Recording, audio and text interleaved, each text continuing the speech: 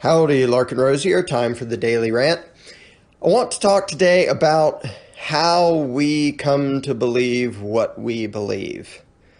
Because people, for the most part, imagine themselves to be rational. They sort of think that the way that they reach conclusions is by looking at evidence and carefully thinking things out and considering all points of views and then applying logic and reason to the evidence and reaching a conclusion.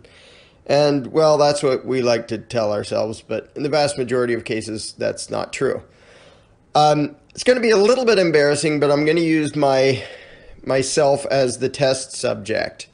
And I'm pretty sure that pretty much all of you will be able to relate to this, but it's still sort of embarrassing to admit the different things that influence whether somebody is comfortable thinking about something or questioning something or what they believe. And there's so many psychological influences that have nothing to do with logic or reason or evidence, but have a huge amount to do with what people believe. And the reason I want to talk about this is it's really important that we understand this when we're trying to change the paradigms of other people. Because, you know, I've felt plenty of frustration, and I know tons of other people have felt a lot of frustration when we lay out a perfectly logical argument and then we watch the other person have these weird mental conniption fits that have nothing to do with logic. There isn't a response. It's not like they actually have a rebuttal to what we're saying. They just say really weird things and then the brain shuts down. And so we're left sitting here going, why did that just happen? How could they not? Like, I told them that 2 + 2 is 4, and I showed them 2, and I showed them 2, and I asked them to count, and they came up with 4, and then they freaked out and said it has to be 5 or there will be chaos. Like, how does that even happen? And so it can be really frustrating if you don't get the ways in which the human mind works, or doesn't work, as the case may be.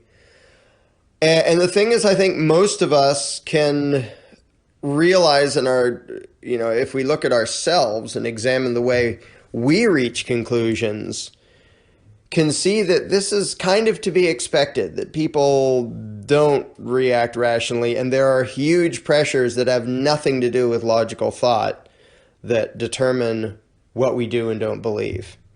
And, one of them is just peer pressure.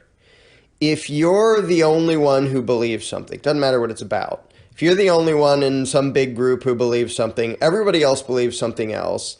They think that what you think is ridiculous, and, they'll make fun of you and say it's stupid, and then they'll, ha-ha with each other, making fun of you. It has nothing to do with logic and reason, but that still has a major impact on almost everybody because we want to be, in agreement with other people, and if we're not, we sort of feel bad about it, even if subconsciously. We want that resolved. And so it's easy to pretend that, well, we don't feel that. We're perfectly rational. And I still have it. It's embarrassing to admit because I like to pretend I'm perfectly rational and not affected at all by these things. But you go into a discussion somewhere and there's one, maybe 2 or 3 anarchists and a dozen statists and just arguing stupid stuff and dodging questions all over the place and doing the little group routine of where they assure each other about how right they are. They don't bother arguing anything or proving it, but they just tell each other how right they are and how ridiculous and silly the people who disagree with them are. And that feels frustrating, and it feels, a lot of this is just sort of animal instinct left over, that the one in the pack who's sort of an outcast wants to fit in. It's just, biological programming. And so there's part of us that doesn't want that conflict there. And so it's this little negative nagging thing when other people don't agree with us. And, it can be minor and it can be subtle and it can be subconscious, but it's still almost always there. And I see it in myself. And Again, it's embarrassing to admit. And it doesn't make me think I might be wrong, but it's still this frustration and sort of, I don't know if I'd call it anxiety. That's a bit much. But I suspect most of you know what I'm talking about. If you're in a group of a few statists and they're all arguing something really stupid, and you can see it's really stupid and it's logically really stupid, but they have a bunch of people arguing the same stupid thing, so they feel confident and they feel comfortable. Now, that's just as irrational as you feeling sort of defensive and anxious that there are 5 people arguing something stupid. Like, there isn't, a computer. If you have 5 other computers saying 2 + 2 = 5, the computer doesn't like feel all anxious and get mad and huffy and emotional about it. It's just 2 + 2 = 4. Like, I don't know what's wrong with you guys, but 2 + 2 is 4. But human beings aren't like that. We feel that sort of inner turmoil. And that feeling is just as irrational as the other 4 thinking that because they're in the majority, they must be right. And there are studies about this. I mean, even when you make it ridiculous, you can still measure that mental phenomenon, like the Solomon Asch studies, where they had people. It's actually pretty funny. They had people in a study, and there's like 3 lines, and you're supposed to say, here's one line, and then here's 2 others. Tell which of these is the same length as that one. And you have 10 people in a row, and 9 of them are actors. And the 10th is the actual subject of the study. And the 9 are told to say an obviously wrong, stupid answer, but they all agree on the wrong, stupid answer. And a lot of people will, when they're the 10th and they just heard 9 people say something completely idiotic, blatantly, obviously contradicting the evidence right in front of them, a lot of times the 10th person will say the stupid, blatantly wrong answer to fit in. And even, rebels and troublemakers and outcasts and people who don't particularly care about fitting in, and I would put myself in that category, there's still that little bit of a tendency of, well, if 9 people said it, they must have a reason to think that. And the comfortable thing is for me to say, well, if I agree with them, like, there's no threat to me. Like, they all said it, so nobody's going to attack me for agreeing with the other 9. But if I stand against them, it's this psychological thing. If I'm the only one who stands up and says, oh, what's wrong with you people, but A is the same length as B, not C. And I don't know what you're looking at, but it's obvious, it's right in front of me. Even if the truth is obvious, the discomfort of being the one on the outside, like you just put yourself outside the group and distinguish yourself by saying something that goes directly against what all of them said. And that feels like a confrontation, even though, like I said, logically, it doesn't make any sense. A computer doesn't care. If one computer does one calculation, another one does a different one, they don't like have an emotional fight about it. But people just are that way. And so you have to, and that's, in the Solomon Asch thing, it's just, it's hysterical because you make it as glaringly obvious as you could possibly make it. And still a lot of people will say what they have every reason to know is utterly false because other people said it before them. And so that's a really simple thing. But when you get into, philosophy and arguing about government and can government ever be legitimate, first of all, the person has a lot more at stake regarding their view of reality than, which of these lines is the same length as this line. Like, who cares? It's trivial and utterly meaningless to their life, and still people will go with the crowd. But when it's something they've grown up in and always believed, and it's sort of fundamental to their view of reality and humanity and society and what the world's supposed to be, letting go of that takes a lot more courage than saying, oh, I guess I was wrong, that line is longer than that line, or, whatever. And so there are these pressures on almost everyone. And the thing is, now there's a certain degree to which I don't mind doing manipulation of people's thought processes. As long as it isn't actually like deceptive and lying. Like there are ways, advertisers know if we want to sell this product, so we're going to show these images and play this kind of music and do this and that and the other thing, which has nothing to do with the product. But we know from a bajillion dollars in research that that will tend to make people have a more positive association with this product. And it's not exactly lying. It is sort of manipulative. So there are things sort of in that direction that I don't mind doing in debates and discussions about statism, especially considering what's at stake, like mass war and oppression. I don't mind putting a little bit of spin on it, except I don't want to actually be deceptive. I don't want to say anything untrue.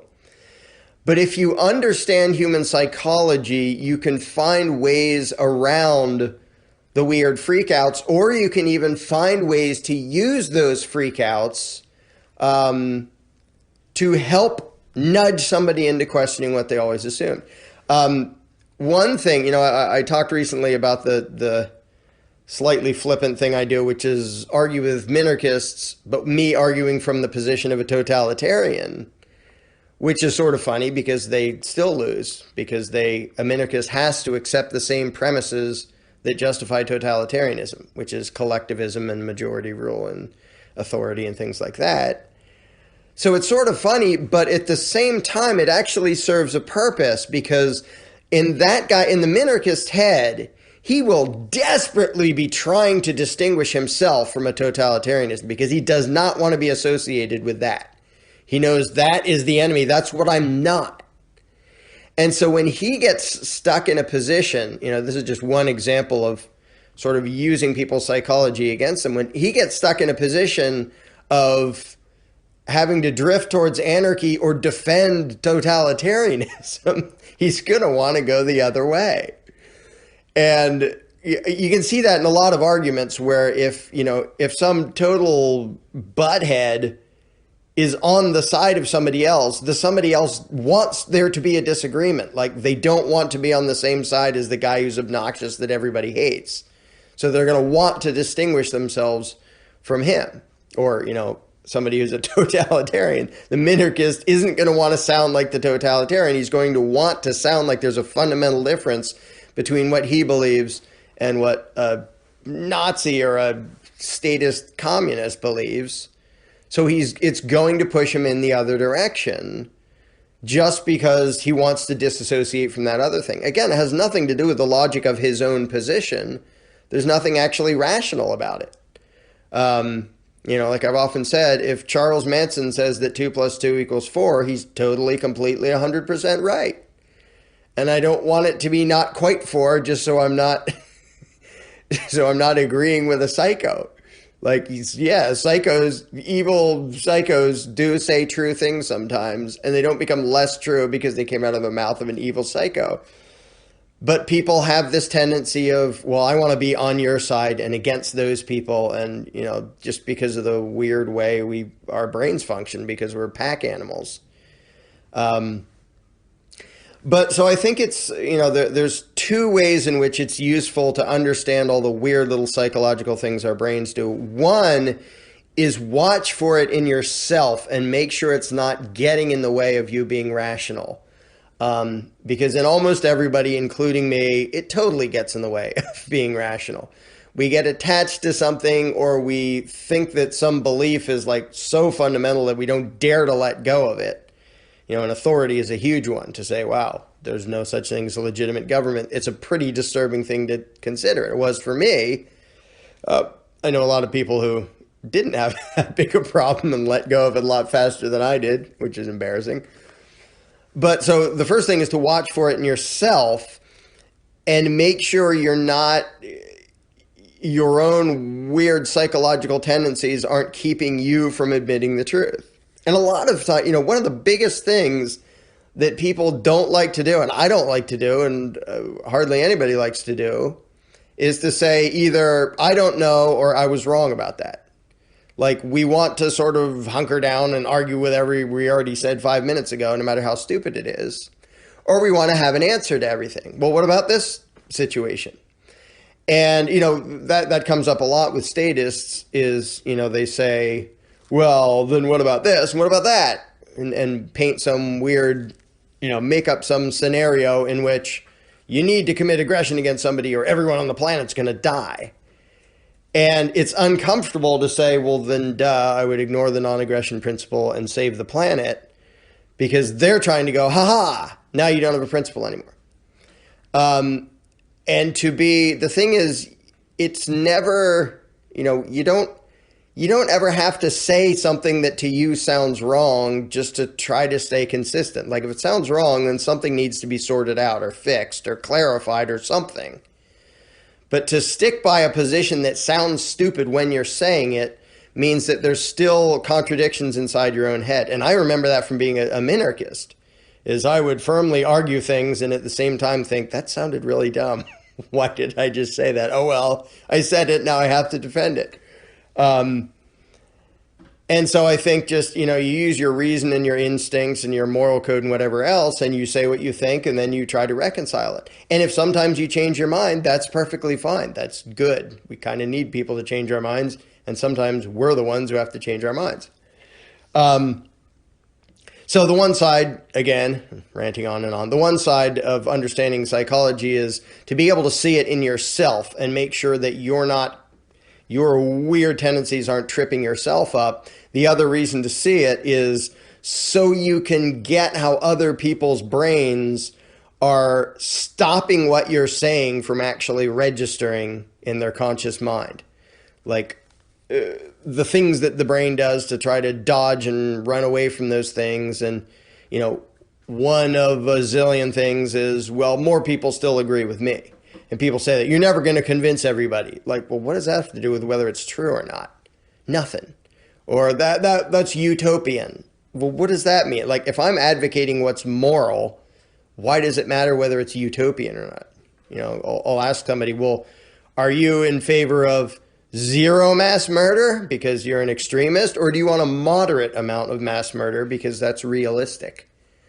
I would hope that you would advocate for zero mass murder, understanding that there will probably be some anyway, but that's not what you're shooting for.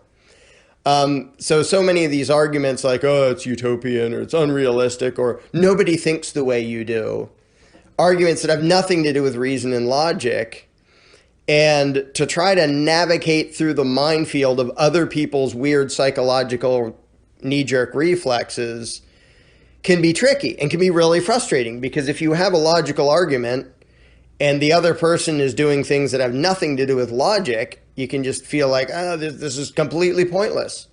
I'm trying to convince this guy that 2 + 2 is 4, and he's freaking out and ranting about every irrelevant tangent he can possibly think of, and he won't just say 2 + 2 is 4. And so we really need to understand and be able to deal with the weird psychotic things the human brain does, our own and the minds of the people we're talking to. And keep in mind how uncomfortable it is to have to let go of what you've assumed and to have to step out of the crowd, because you're talking to somebody and trying to tell them that government is never legitimate. They know damn well that the crowd, the vast majority of people, the comfortable place to be is believing in government, because that's what everybody around them believes. They know that if they question that and they decide you're right, they make themselves an outcast. They make themselves a weirdo outsider who believes kooky things. And so there's that psychological tendency to want to cling to, well, everybody knows. Like, we all learned this in school. Weren't you paying attention in civics class? Yeah, unfortunately I was, and got that propaganda, and later realized how utterly stupid it was. But there are a lot of ways that people will argue. Their argument will be, well, most people think this. Like, well, so what? Then rationally justify it. But part of that is not just that they're taking a poll to decide what's true. It's that they're scared to step outside the mainstream and the majority and say, maybe you're right, and what almost everybody I know thinks is totally wrong. And that's a really scary thing for most people to consider. So I think it's good, like if you debate with somebody about the actual issue and you're trying to have a rational argument, while it's going on, or even after the fact, look back on some of the things they said and see if you can like analyze what their brain did and why to try to escape the line of logic. Because that is way more of a challenge than the actual logical argument. The logical argument is pretty damn simple. You can't delegate a right you don't have, neither can two people, therefore government can't have a right I don't have, the end, anarchism. And there's two other routes to get there too that are just as simple. Can't have an obligation to do what I believe is wrong, therefore there cannot be an external authority that I have an obligation to obey, therefore no government. Poof. Nothing man can do can make an evil act into a good act, therefore legislation is either redundant or irrelevant, therefore no authority, therefore no government. Pating, 3 proofs, really simple. Anybody can understand them if they dare to think about them.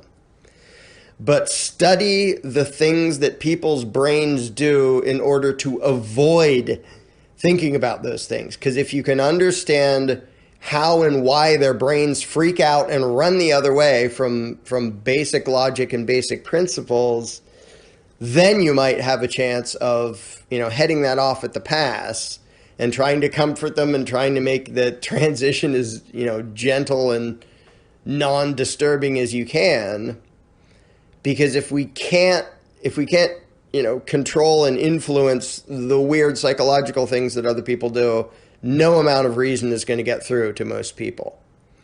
Now, one really cool thing about how quickly voluntarism is spreading is that as soon as people hear it from more than one person and then a few people, suddenly it isn't nearly as uncomfortable to consider it themselves. Now it's like a thing that's catching on. It's a fad. The whole fad phenomenon is a perfect example of weird psychological stuff. This is the fashion this year. That was the fashion last year. What the hell is the difference? Well, it's just because lots of people decided this is good now, and last year they decided that's good. It's just following the crowd, and human beings just do that in a lot of ways. So when they see the crowd starting to drift in the direction of anarchism, even if it isn't very much, they can even think, wow, well, I'm going to be brave enough to sort of I'm not going to be the first one, because that would be terrifying. But since there seems to be a movement in that direction, yeah, I'll think about this. So we have that on our side. They wouldn't be the only one anymore, but it's still going to feel uncomfortable for a lot of people to think about it. And if you sort of, if you're aware of the weird ways in which your own brain works and sort of apply that to other people, you can actually watch them and study them and start to see patterns and recognize what their brain is doing to try to avoid the rational discussion.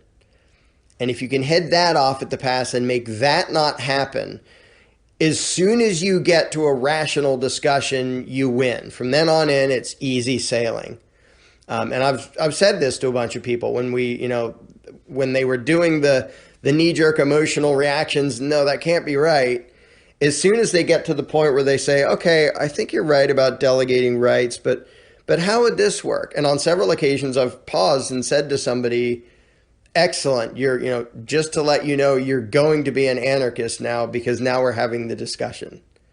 And they were like, well, I'm not so sure yet. I said, that's okay. Just wanted to put this in so you can remember later. And everybody I've said that to is now an anarchist.